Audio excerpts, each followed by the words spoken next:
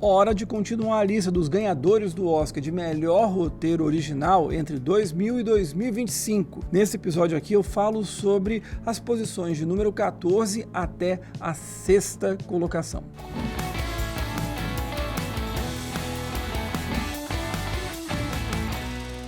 Antes de começar, deixa eu só fazer uma correção. Nos comentários do vídeo anterior, o Lucas Moura, ele me alertou que de 2000 a 2025 são, na verdade, 26 e não 25 ganhadores, como eu fiz no meu ranking, na lista inicial. Então, gente, é aquela coisa, né? Pessoa de humanas querendo fazer algo de exata, sempre dá algum erro.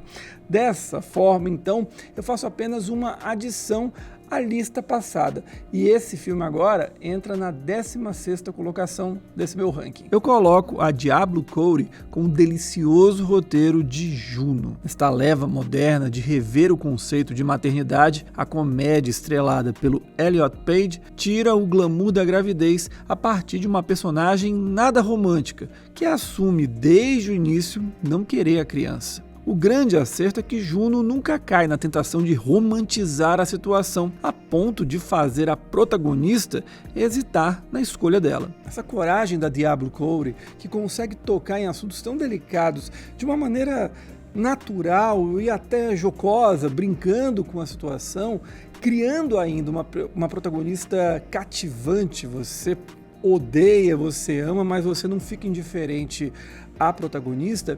Eu acho que fazem Juno um ganhador indiscutível daquela temporada, ainda que com Luta de Risco e Ratatouille sejam também bons roteiros, mas acho que a vitória de Juno tá de ótimo tamanho. Com isso, Bela Vingança cai uma posição e fica na 17ª colocação, seguido de Juno e de Assassinato em Gosford Park na 15ª, que eu mantenho a colocação dele, acho que é melhor do que Juno, por exemplo.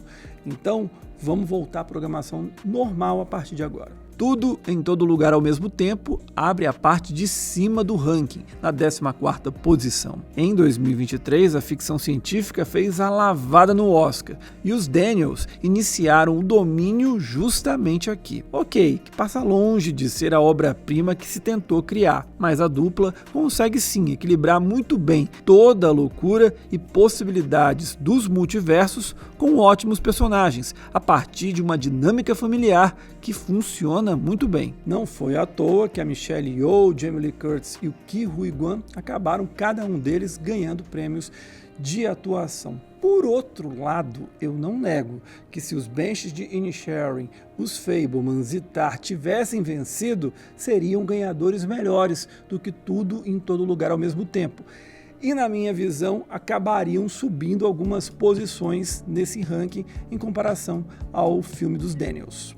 Spotlight é o roteiro feijão com arroz muito bem executado. O grande acerto da dupla Josh Singer e Tom McCarthy é compreender que o foco está na investigação da equipe jornalística sobre as graves denúncias de abusos de padres contra crianças dentro da Igreja Católica. Dessa forma, os personagens são desenvolvidos a partir disso, e não o contrário. Pode não ser o grande roteiro da história do cinema, mas é um filme extremamente eficiente e por isso acho que a vitória foi justa.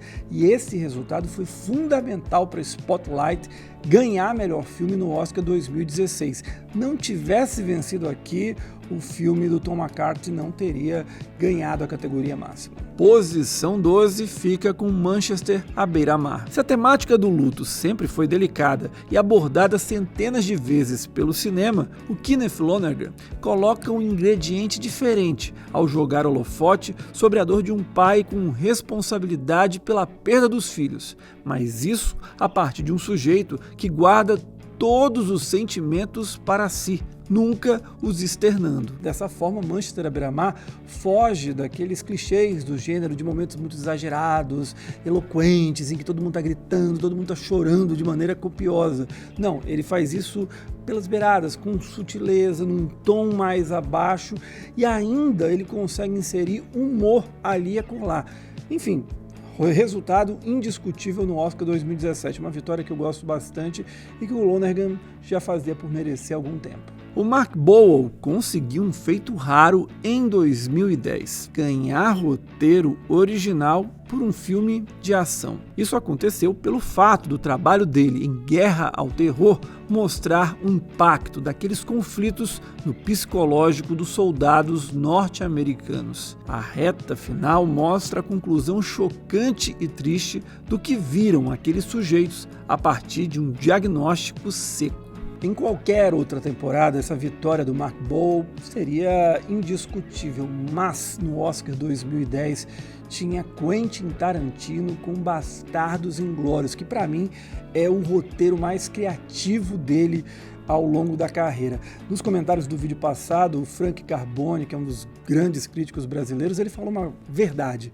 Ele trocaria facilmente a vitória do Mark Boal aqui por Guerra ao Terror pela do Tarantino com Bastardos Inglórios, e em 2013 ele trocaria o resultado da vitória do Tarantino por Django Livre pela do Mark Boal em A Hora Mais Escura. Seria um resultado que eu acho que agradaria grande parte da cinefilia e do público de modo geral. Entrando no top 10 aparece Quase Famosos. Cameron Crowe consegue trazer as memórias do período de repórter da Rolling Stones para fazer uma história nostálgica, de tom confessional e com bastante carinho em relação àquele louco universo do rock and roll. E isso tudo abordando vários pontos, da relação do protagonista com a mãe, a primeira paixão, as delícias e as dificuldades da vida na estrada e muito, muito mais. E cá entre nós, no Oscar 2001, Cameron Crowe não tinha nenhum grande adversário ali,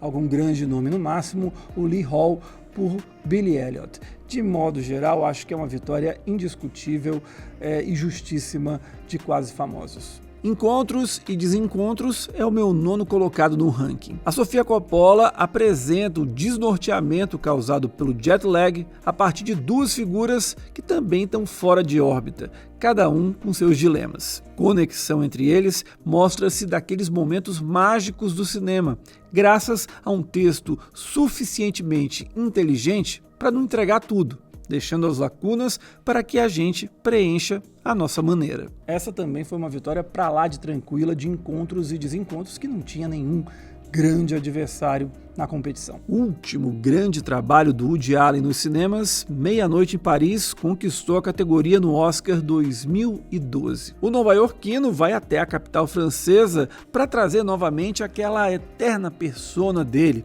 aqui interpretada pelo Owen Wilson, para brincar com lendas da cultura mundial. De Salvador Dalí a Hemingway, o diretor-roteirista cria uma comédia fascinante pela inteligência, cinismo e bom humor típicos dele, aliado a uma reverência a figuras que tanto influenciaram Woody Allen ao longo dos anos. Sim, de certa maneira, o Woody Allen já tinha feito algo parecido com A Rosa Púrpura do Cairo, mas o que não apaga em absolutamente nada a excelência de Meia-Noite em Paris.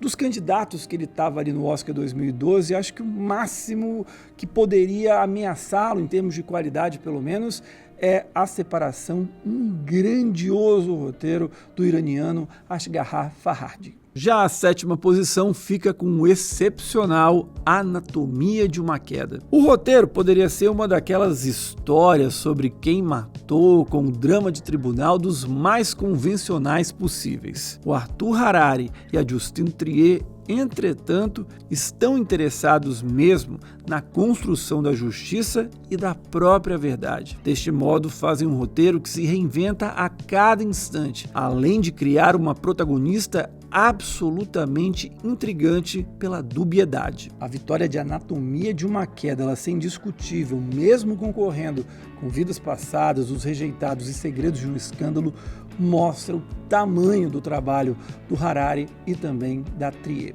O grande ganhador do Oscar 2025 de melhor roteiro original aparece aqui na 6ª posição. Em Anora, o Sean Baker aprofunda a análise da desconstrução do sonho americano, a partir de uma personagem fascinante que transita entre o interesse, o amor e ser vítima de um bando de ricaços sem noção. E o roteiro conseguir ser 4 em 1, Começar como uma comédia romântica, passar para o romance, depois virar uma screwball comedy, para terminar num drama, tudo isso sem perder a unidade é algo fantástico. Escutar que a Nora é uma sessão da tarde, um filme muito idiota, é pra mim uma coisa que dá nos nervos. Eu fico assim, gente, não é possível que isso está acontecendo. Parece que somente dramas históricos, aqueles dramas bem pesados, que podem falar de maneira contundente sobre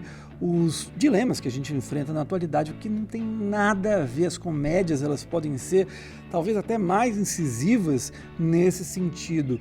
Então, enfim, eu respeito porque, enfim, liberdade de expressão, todo mundo pode falar o que quiser, mas eu discordo profundamente. Acho que naquele Oscar, no Oscar desse ano, no máximo vejo ali a Substância como um filme que pudesse competir contra a Nora, os outros não.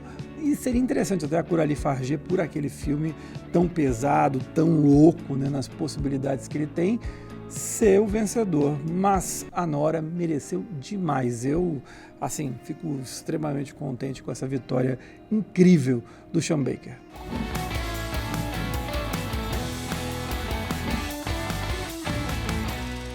Gostou do vídeo? Então curte, compartilhe, claro, se inscreve e ative as notificações aqui do canal. Antes de terminar, deixa eu agradecer aqui ao Marcelo. Semana passada eu estive em São Paulo, ele me reconheceu ali no bairro da Liberdade, então quero agradecer imensamente a ele. Vez ou outra, quando eu viajo, acontece esse tipo de situação, então é um prazer, uma honra. Eu fico extremamente feliz de saber que vocês têm esse carinho pelo Cine7, têm esse carinho por mim. Também já falo, né, faço uma explicação aqui dizendo que não teve vídeo na semana passada porque estive em São Paulo para uma viagem de trabalho, mas agora eu já estou de volta e amanhã, logo depois, você está vendo esse vídeo aqui, já amanhã tem novo vídeo do canal falando aqui do top 5, quais são os meus favoritos definitivos em melhor roteiro original dos ganhadores. Então não perca, a gente se encontra, até lá, tchau!